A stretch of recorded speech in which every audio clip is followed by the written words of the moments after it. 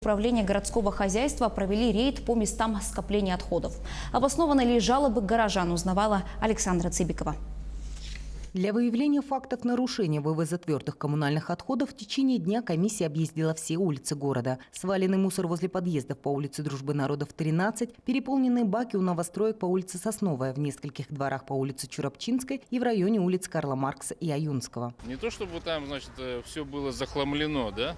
Не об этом речь идет, а просто о том, что мусор вовремя не вывозится с мест сбора мусора, с контейнеров или там, при подъездных этих площадок. Это, конечно, достаточно серьезно осложняет жизнь в городе. Особенно это будет заметно уже в теплое время года. И такая антисанитария.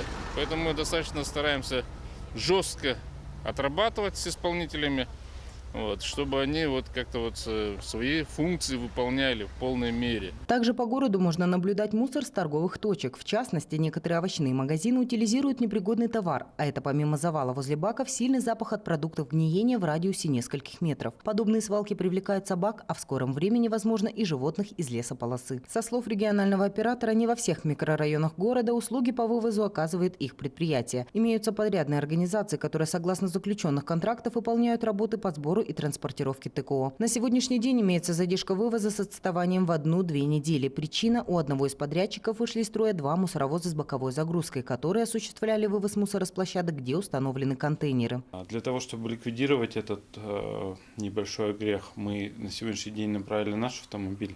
В частности, это микрорайон деревянной застройки.